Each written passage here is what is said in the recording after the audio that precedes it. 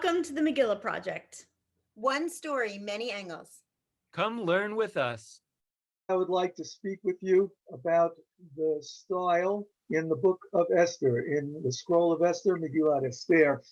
As many of you know, style goes together with content. There's no such thing as form without content, and no such thing as content without form. And in Megillah Esther, as in many biblical texts and other texts, there's an interpenetration of the substance and the style in which the story is told.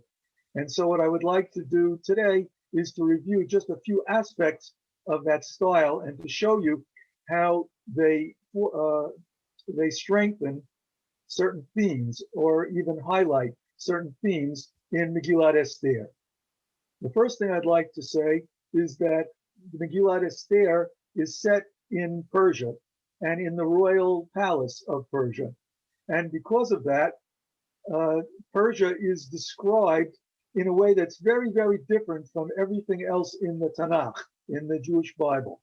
And it's because it's not only foreign, but it also speaks in a kind of generous and I think underlyingly mocking way of the Persian court.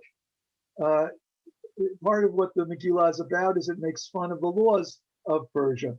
But the first thing I want to show is that at the very beginning, it describes all of the ornate festivities that King Ahasuerus makes in order to celebrate his kingdom and share with all of the citizenry the wealth and decor that he's able to mount in his palace.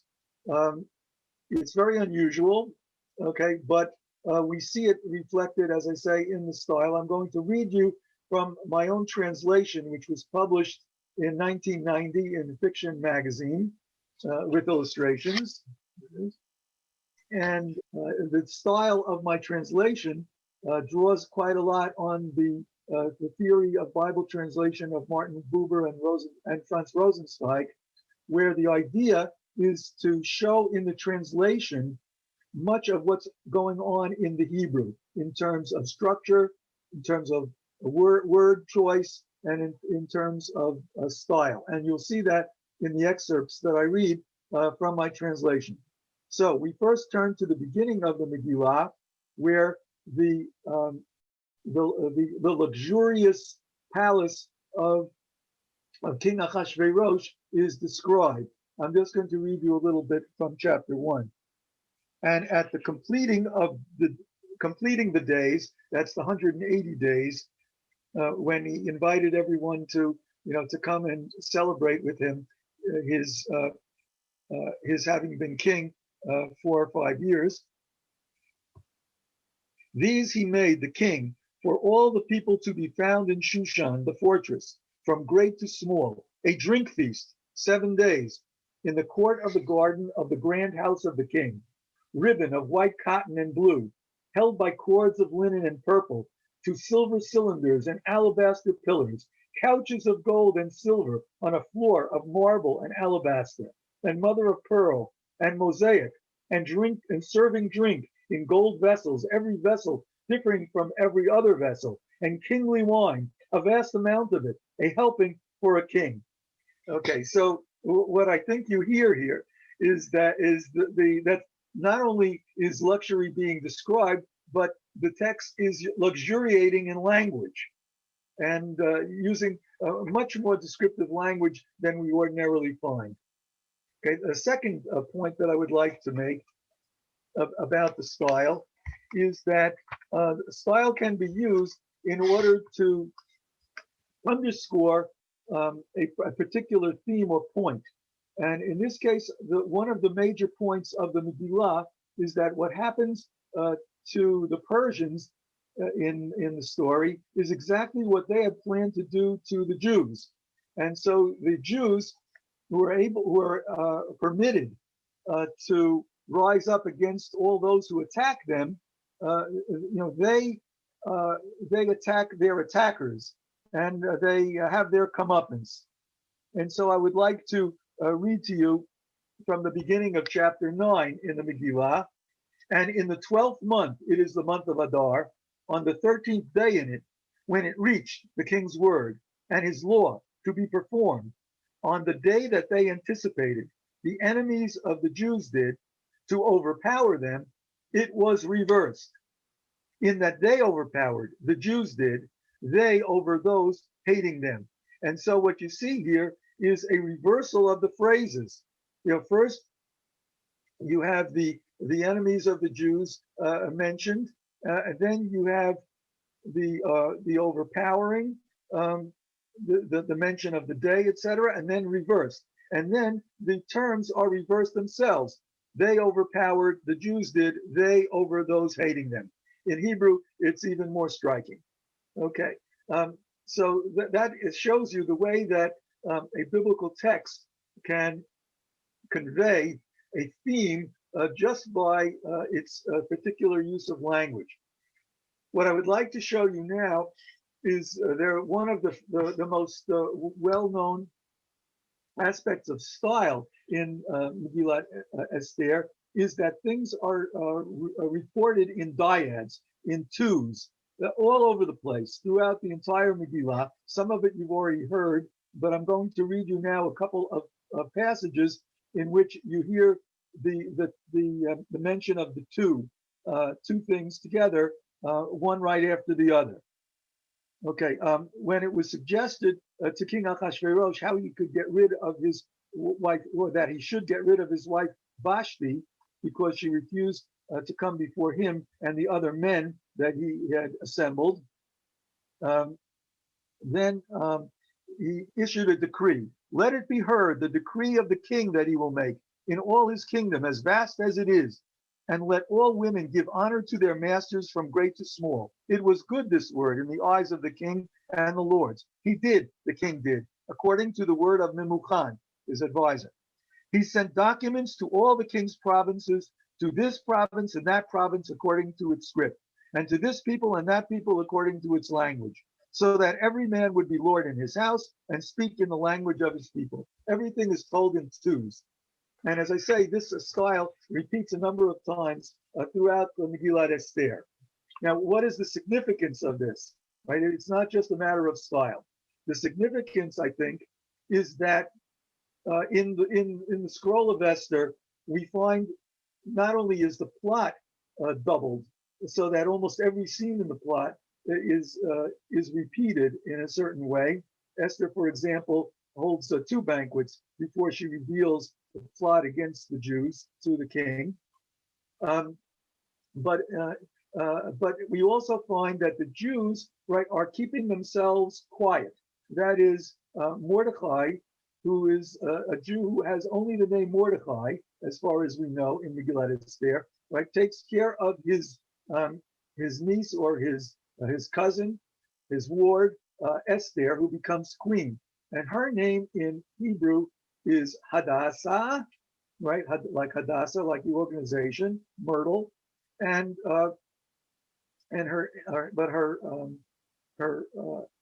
Persian name, or her non-Hebrew name, is Esther, which of course evokes the Mesopotamian goddess Ishtar, Venus. What we find in the book, of course, is that the Jews are trying to, keep it quiet, keep their heads down, and not get in trouble in the Persian Empire. But when push comes to shove, Mordecai is not able to obey the law of the king in terms of prostrating himself and kowtowing to Haman, who torments the Jews, who hates the Jews, who plots to annihilate the Jews. And what we find is that the Jews then have to stand up and identify themselves, because they are being identified by the Persians. And so what I think we find in the use of these dyads is not just that it's a particular style of the period in which the Megillah was written, but I think the emphasis on these dyads brings out the duality, the fact that the Jews of Persia are both loyal to the Jewish people, but they're also loyal to the Persians. And that's the point they make, that even though, yes, we are different and we have different rules, etc., we are still good Persian citizens. This story is truly a story for the diaspora, right? Where Jews sometimes do have to be wary of charges of dual loyalty. One of the other things that we find in the Megillah, right, is that there's a certain theme that is expressed in threes.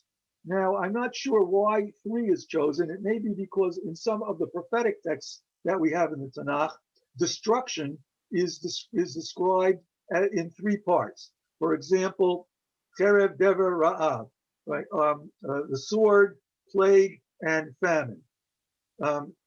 Sometimes we find four actually terms, Mavet, Cherev, Ra'av, Shevi, right? That is death or plague, sword, hunger, and captivity. Okay, but we often have the three. In any case, in Megillat Esther, we have three, and it's repeated several times, but I'll read only one of them, right? When Haman proposes his plan to annihilate the Jews to Achashverosh, this is how he says it. There is a people spread and dispersed among the peoples in all provinces of your kingdom. Now their laws are different from every people, and the king's laws they will not perform, nor is it worth the king's while to allow them relief. If it seems good to the king, let it be written to destroy them, and 10,000 talents of silver shall I weigh out by the hands of those doing the work to bring into the treasury of the king. And then the king says, okay. The king's scribes were called in, and it is written, all that he, Haman, had commanded the satraps of the king and the governors over this province and that province, and the lords of this people and that people, for this province and that province in its own script. There you hear, of course, the dyads, the twos, but now here we come to the three. And for this people and that people in its own language, in the name of the king Achashverosh it was written, and it was sealed with the king's ring. Okay, now they were sent documents by the hand of runners to all the king's provinces to wipe out, to kill, and to destroy all the Jews, right? And in Hebrew, this is lahashmid, laharog, ula'abed. Okay, and so here you have the triad of destruction, which is found several times in the book. Now, of course, what we would like to see is that there is some kind of resolution to this problem. And of course, there is when the Jews are able to stand up and defend themselves, and in fact, kill thousands of Persians who wanted to destroy them. But it's, I think, a story, a kind of fantasy of Jewish survival, where Jews who live in under the tremendous pressure all year round and are afraid, that someone may rise up against them, they allow themselves to kind of blow off steam once a year and imagine we're on top and they're on the bottom. In any case, how do you overcome these triads of three of destruction? But you overcome it with tetrads of four, right? So the four overcomes the three. And we find it, for example, twice like this in chapter 9. For example, on the 13th day of the month of Adar, and they had relief on the 14th of it, and they made it a day of drink feast and cheer. Now the Jews that were in Shushan, they assembled on the 13th of it and on the 14th of it, and they had relief on the 15th of it. And they made it a day of drink feast and cheer, because it was so the Jews, villagers who dwell in cities that are villages, make the day, the 14th of the month of Adar, one of cheer and drink feast and holiday, and of sending parcels, a man to his colleague. Did you count them? Four nice things, right, that the Jews do in order to celebrate. One of them, of course, is sharing what we have with others, which is, I think, a wonderful way of expressing the fact, that overcoming our enemies is not